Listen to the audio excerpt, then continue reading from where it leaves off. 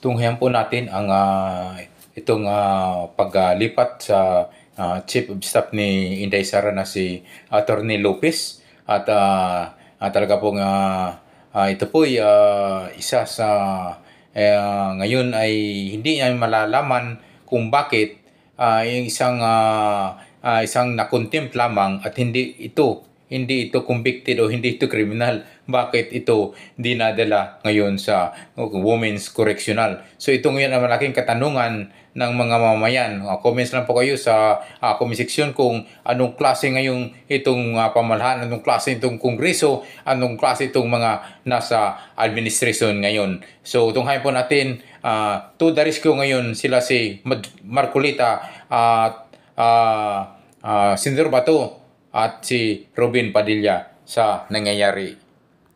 In aid of persecution, I am still, and the last time I checked, I am still an elected member of the House of Representatives. At dahil nga, member ako ng House of Representatives, kahit anong komite yun, kaya sabihin nilang hindi ako member, pwede ako magsalita at mag-participate. Kung pipigilan nila ako, di ba nyo naiintindihan kung anong klaseng procedure? Anong klaseng tuntunin na meron kami. Ang 17 taong ko na sa Congress, ngayon ko lang po nakita ang mga pangyayari ito. Nalulungkot po ako, nagdaramdam ako, nai-stress ako kung bakit nangyari ito. Ito lamang pagdinig na ito in aid of legislation. Kayo po na nasa media, alam pong nalalaman na ninyo, hindi na po in aid of legislation. Kung totoo po, na isinasaalang-alang namin yung paggasta at kailangan po nating busisiin. Tama naman po yun. Lahat tayo katungkulan nating maging transparent, maging accountable. Ang tanong, ang House of Representatives po ba ang gaganap sa tungkulin ng Commission on Audit? Pagka ganun, tanggalin na po natin ang GOA sapagkat sila na po ang nag-audit. Wala po sa tungkulin namin ang mag-audit. Kung sasabihin nila, hindi kami nag-audit. Ang ginagawa namin is investigation in aid of legislation. Okay, kung yun ang ating objective, bakit isa lang inimbestigan natin? Ilang opisina ba ang merong confidential fund sa palagay nyo? May idea ba kayo? NGAs na lang, National Government Agencies. Ilan ba karami ang National Government Agencies? Palagay mo na lang 500. Okay? At yung kalahati nun, binigyan ng confidential fund. 250 yun. LGUs, sila ng LGUs. Mga mayors and gobernador. Palagay mo lang 1,000. Kalahati nun, 500. O di 750 na yun. What about the GOCCs? Government-owned and controlled corporations. Mga 300 yan. Kalahati na lang. 450. O palagay mo lang 1,000 na lang ang nabigyan na ahensya ng gobyerno. Bakit? Bakit Office of the Vice President lang? Wala pong nagtataka sa atin kung bakit ang pinipilit na isolate lang, ang pinipilit na design lang, Office of the Vice President. At saka yung DepEd na kung saan ay naglingkod siya bilang secretary. Paano po yung iba? Kaya nyo na pong mag-conclude eh. Ang linaw po nito eh. Hindi na po tayo dapat gumamit ng calculator eh. Wala na pong computer na. Hindi niyo ba kaya i-memorize ito? Why are we isolating the Office of the Vice President? Kung confidential fund.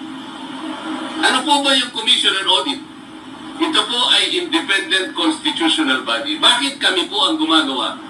Tanungin po natin. Sa Lunes po, ako po ay mag-a-attend ng hearing po, ipagpapatuloy po yata ang pagdinig tungkol sa bagay rito.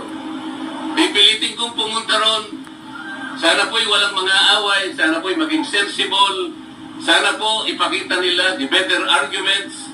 Wala na po sana nagawa ng hopya para tayong lahat po ay masaya. Para lahat maginabang po ang taong bayan. Ibig ko sabihin, sensible questioning, sensible arguments, wala na po kasi yung quality of debates eh. Wala na po eh. Noon po yung unang pasok ko sa Congress, napaka-maingat namin kasi pag-address sa bawat isa sa amin. The Honorable Gentleman from Bohol, mga ganun kami. The distinguished Congresswoman from Leyte.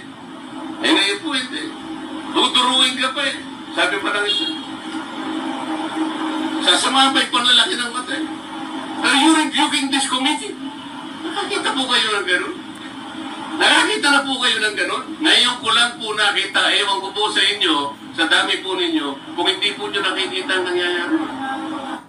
Eh sabi ko nga po sa member ng Congress, at kung sakali pong siya'y tatanggapin na COA auditor, nataka po siya mag-audit. Yun po, tatanggapin ko yun. Kung sakasakali na siya po ay i-hire ng COA at nakita nila na pinakamagaling mag-audit, okay na po sa akin yun. Pero huwag ka muna maging congresswoman. Mag-auditor ka na lang muna. Para po yung gawain natin nasa mandato. Yun lang po yung gusto kong ipaliwanag sa inyong lahat. Bakit hindi pa po mapakulong si Franz Castro? Convicted na po siya, di ba? Criminal na siya. Eh kasi naman, hindi pa final na executory. RTC lang po nagpakulong. Ang nag-charge sa kanya, kung na-convict siya, ngunit meron po tayong mga appeals. Pwede siguro po nag-appeal sa Court of Appeals. Kung sakasakali pong ma-confirm naman ng Court of Appeals yun, ma-affirm, pupunta pa po siya sa Korte Suprema.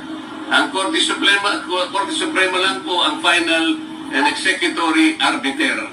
At pagkatapos po nun, kung sakasakali na i-affirm ng Korte Suprema yung naging hatol ng mga hukuman sa kanya, doon pa lang po siya makukulong. Hindi ba ito insulto sa mga abogado na siya hindi siya abogado, kung victim pa siya hindi nakukulong, siya pang nagpakulong sa isang abogado. Actually, nakaka-insulto doon sa paraan na sinasabi niya, itong abogadong ipinakulong nila, ang sabi nila, obstruction of procedures.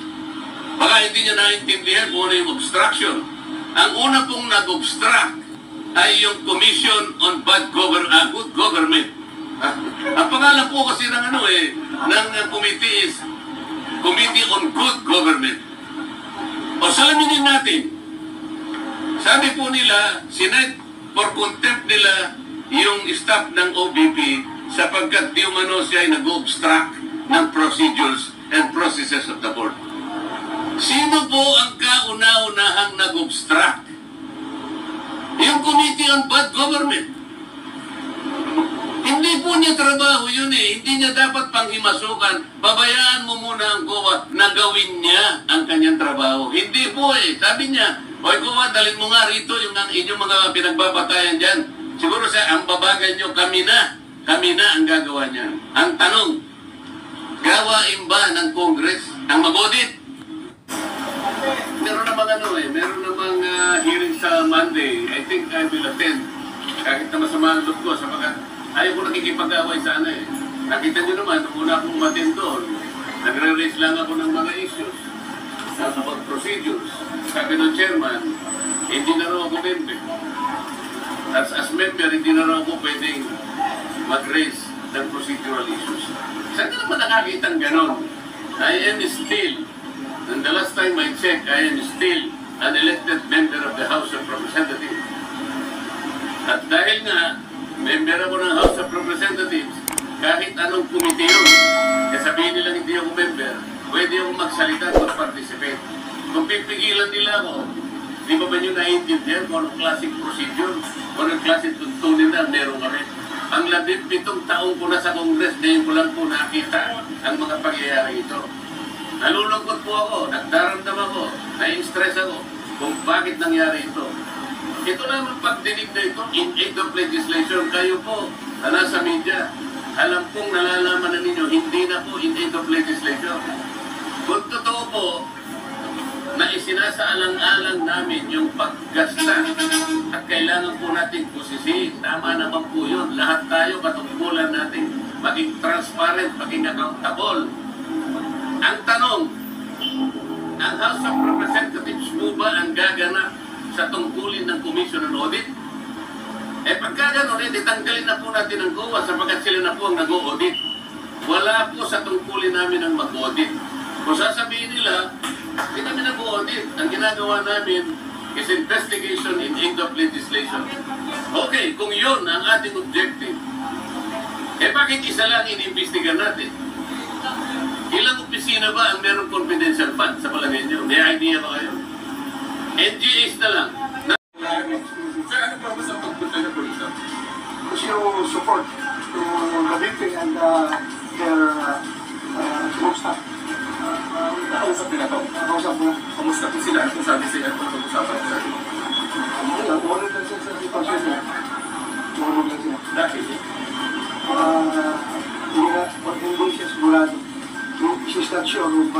matulapin mo Kanina po.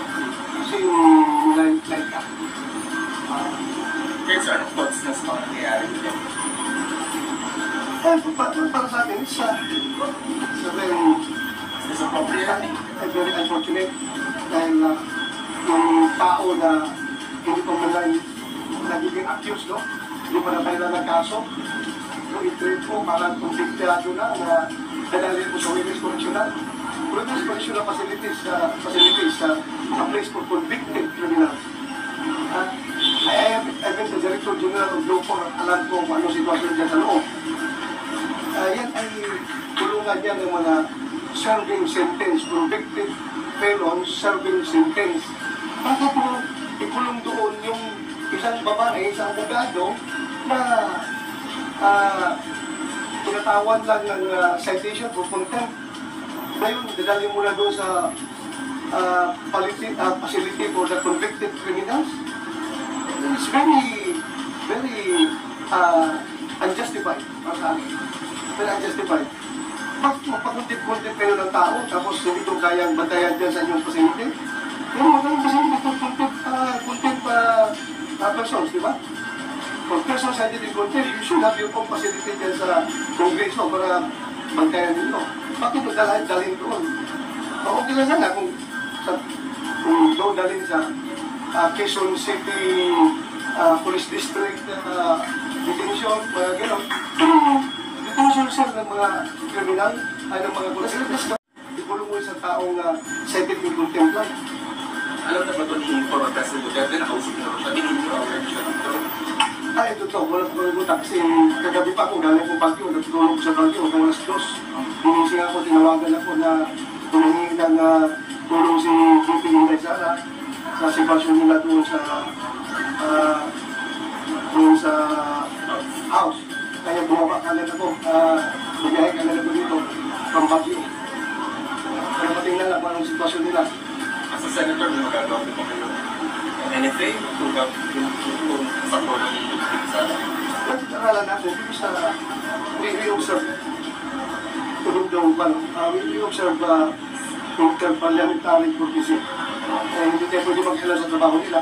Sila rin, hindi pwede mag-ilan sa trabaho namin. So, yan ang gagawin natin. Ito nga, nagagawin ko lang ako na hindi po maganda talaga. Bakit ang isang person na cited in contempt lang sa isang hearing dyan sa House of Representatives ay doon ay pupulong agad sa correction facility, which is a place for persons who are convicted criminals serving sentence. Ako nagtalong itong tao na ito. Bakit yung talaga nagpadala? Hindi pa kakusado. Wala pang kaso ng empire. saan na say sa When you say unlawful, pag-aralan ko ba? I'm not so sure. Pero unreasonable for me. Pero sir, naniniwala po ba Unreasonable. naniniwala po ba kayo na overkill ang deployment ng TNT ng kaso nila sa Seattle Vice? Mga pulis naman yung sumusunod lang yan sa order. Pag inorderan na ng mga higher ups nila na pumunta kayo doon to provide security, huwag nila din masamain yung pulis. Dahil sumusunod lang yan sa order. Kahit na alam nila na may politics behind all these orders, but still, they are the legal orders coming from their superiors. So, susunod lang yung mga pulis niya. So, huwag natin masamain yung mga deployment ng mga pulis. They are just following orders. Nandiyan man sila to secure everyone. Pati tayo.